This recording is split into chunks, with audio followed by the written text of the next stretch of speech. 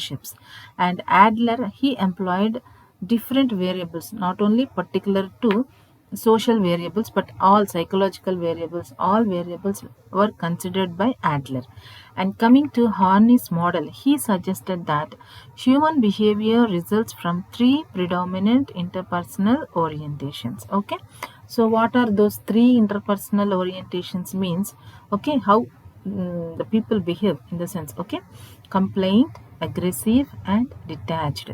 These were the three aspects that were taken by Horney, which is known as Horney's model. Okay, complaining people means those people are dependent on other people, okay, and move towards others. Okay, why? Because complaining nature means they should be with other people, then only they can complain on others. So here complaint people are dependent on other people, their nature is that dependency, and at the same time they move towards others, means they are with other people. And coming to another second one, aggressive. So aggressive people, how will they behave means they are motivated by the need of power. Okay, so where there is power means they are exercising control. Okay, so they are against two people, they are against two others. Okay, so power in the sense controlling in the sense definitely they will be against two others, they will not be with the people. Okay, so they will not be attached with the people, they are against two people. In previous thing, in complaint we see they move towards people, in aggressiveness we will see move against two others. Coming to last one, detached people. So detached people are those people which are self-sufficient. Okay, and whenever they are self-sufficient means they will not think about others, and so thus they move away from other people. Okay, so these are the different variables that were explained by the Horney. And socio-psychological theory offers to a very great extent the answer to the problems of emergency of psychology, particularly in terms of influence of social factors in shaping personality. Because dominance of social factors is more than psychological factors. Okay, so therefore socio-psychological theory uh, lays more on personality. The managers in organizations can take cues from this theory in shaping the behavior of their employees. Okay.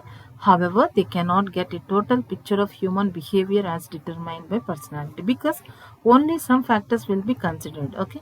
So that's why, but managers can consider this socio psychological theory because here both biological aspects and sociological aspects will be considered. So to some extent this theory will be helpful for the managers. Okay, and coming to third one, trait factor theory. So what does trait factor theory means? Trait factor theory represents a quantitative approach towards the study of personality.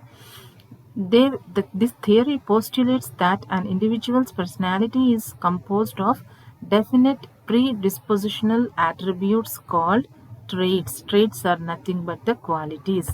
And what does this theory postulates, or what does this theory says means individual personality is composed of definite predispositional attributes. So many attributes were there. Okay, so not one or two, it is a composition. So that is known as composition of many factors, many determinants, many attributes. So this is known as quantity approach. Quantity in the sense number in the sense here more number were involved, more number of factors, number of determinants involved. So that is known as, this is a quantitative approach. A trait may be defined as any distinguishable relatively enduring way in which one individual differs from another. Okay, enduring in the sense everlasting, long lasting. Okay, durability. So a trait may be defined as difference, distinctive, distinguishable. Okay, one person from one person to other, and at the same time it exists for a long time. So individual differs from one person to another person, and the traits can be considered as individual variables. By this theory is based on three assumptions: that traits are common to many individuals and vary in absolute amount between individuals. Okay, The theory assumption is that traits or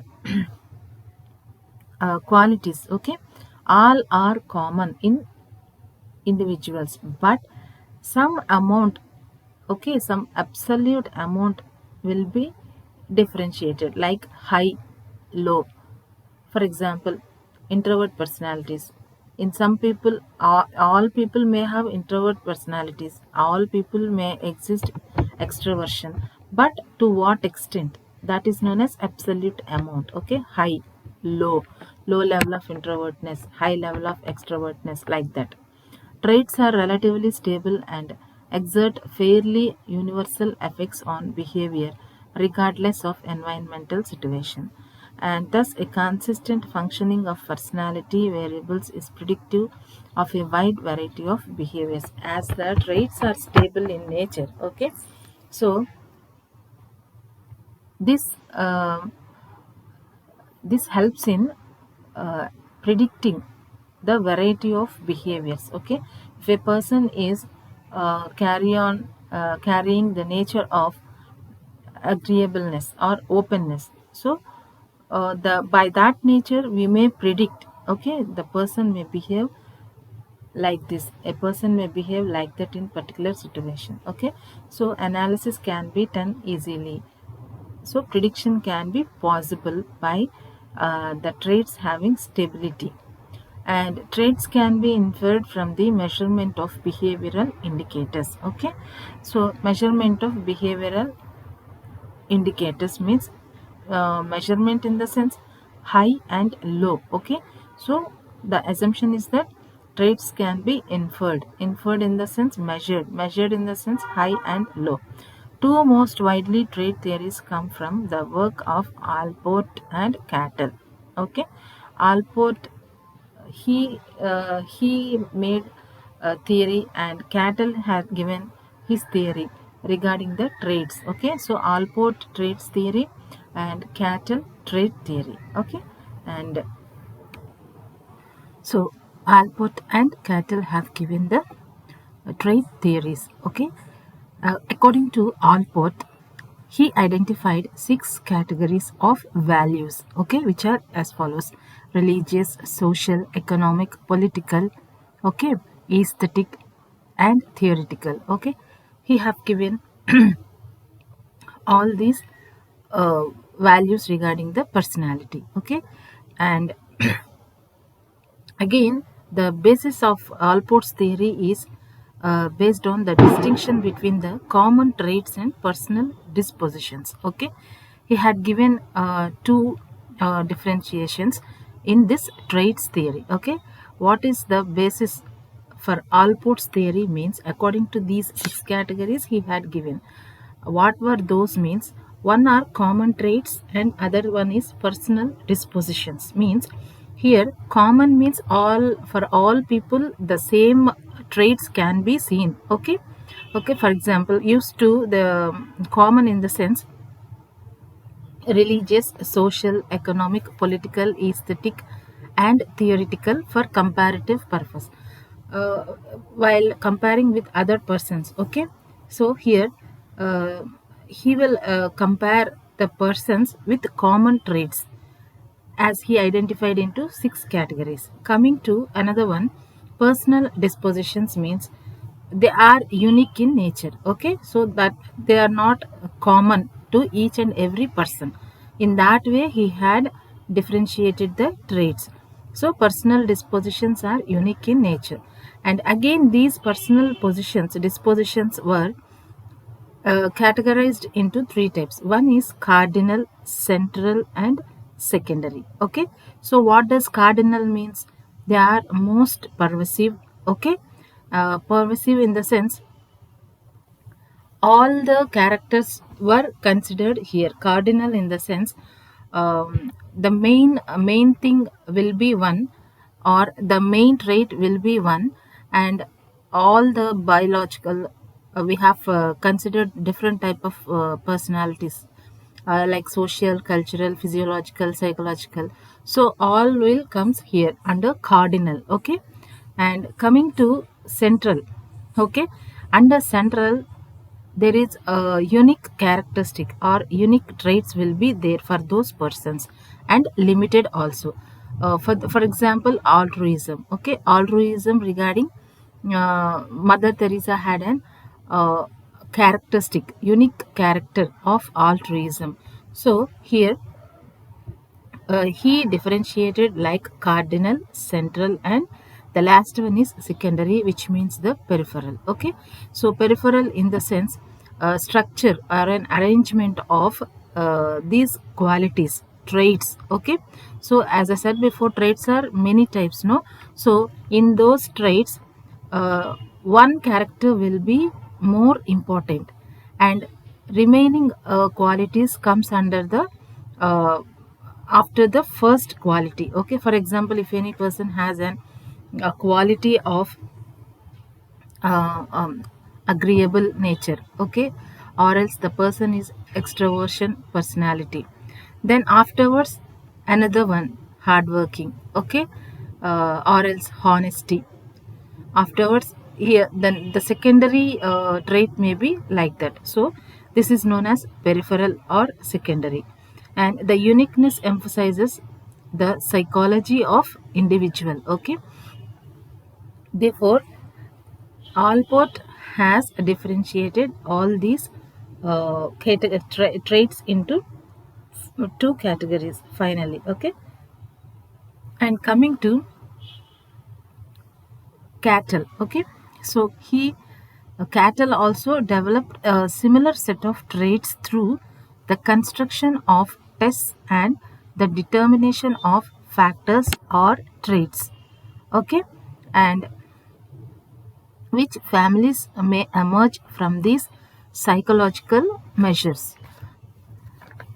Under this, he also identified two categories of traits. Okay, by finding clusters of traits that are correlated. Here, clusters of traits in the sense not two or four.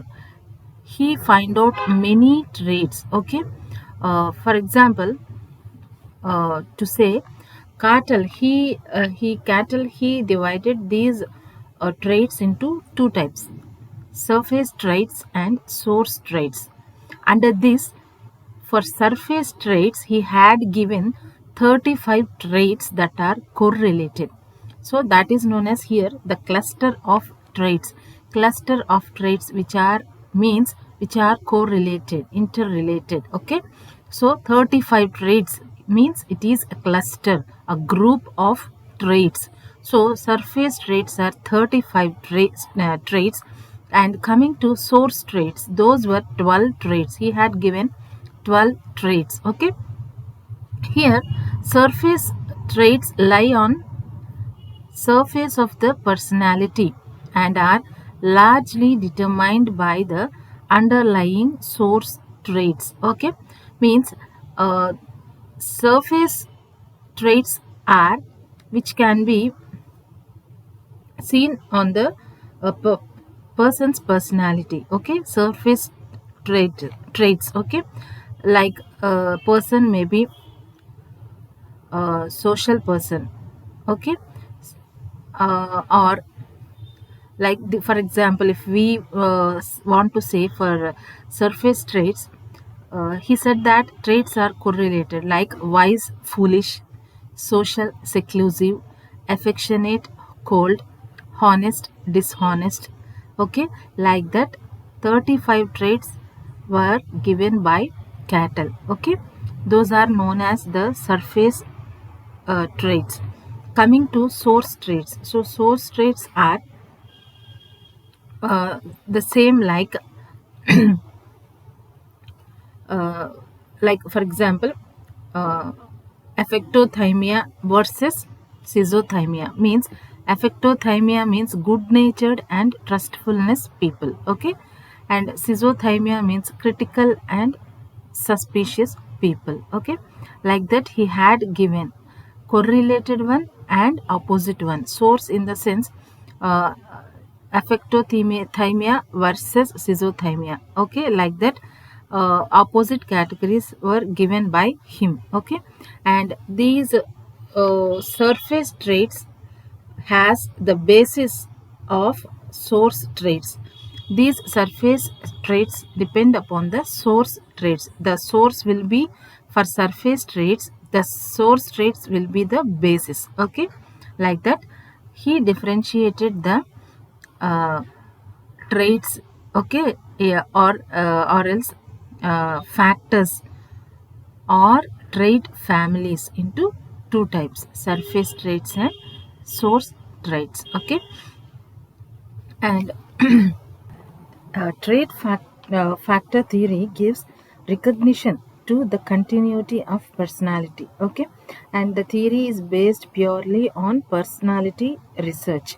In this research, typical study attempts to find a relationship between set of personality variables and assorted behavior. Okay, differentiation will be taken out between different variables because he had given a cluster of variables, different variables, okay, which are correlated. So here we will bring out the differences, okay, between all these traits or all these variables. So by this, traits theory can be explained by Alport and Cattle. Okay, so Cattle finally defined the traits into two types. Okay, by psychological measures. Okay, and now coming to self theory. Okay, self theory.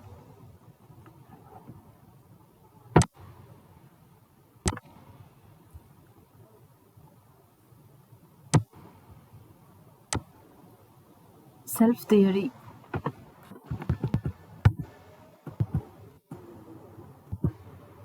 So, self theory means the psychoanalytic, socio psychological, and trait theories of personality represent the more traditional approaches to explain the complex human personality. Self theory, also termed as organism or field theories, emphasizes on the totality and interrelatedness of all behavior. Okay, so above three were traditional theories that explains the complexity in human personality. But coming to self theory, okay, it emphasizes on the totality, all the total structure of the human behavior, okay, and interrelatedness or the dependence between the variables, traits of all behavior will be studied in self theory. Okay, and that means uh, the whole behavior of the person will be considered, all aspects will be considered here to a greater degree. Okay, what were the contributors of the behavior of that person will be studied. Okay, so here basically self theory was had this was from Carl Rogers. He played an important role, okay, in deriving this self theory. So self theory emphasizes basically on the self concept. Okay, the self concept means we knowing ourselves. Okay, and how other people think of us also we will see here. That means he had given the uh, concept of I or me. Okay, I or me in the sense the self awareness. Okay, the self concept. What are we? Okay, and what do other people think of us? So the perception of others on us and the perception of ourselves. Okay, so here under here he defined self-concept as organized, consistent, conceptual gestalt composed of perceptions, okay, of all the characters of us or all the characters of I or me, and the relationship to others also has been studied in self theory. And there are four factors in self concept. Okay, so what are those self concept uh, under self theory? So first one is self-image, ideal self, looking glass self, and the last one is real self. Okay. So coming to first one, self-image. So what does self-image means? Self image means the way one sees oneself. Okay, it indicates a reality of a person.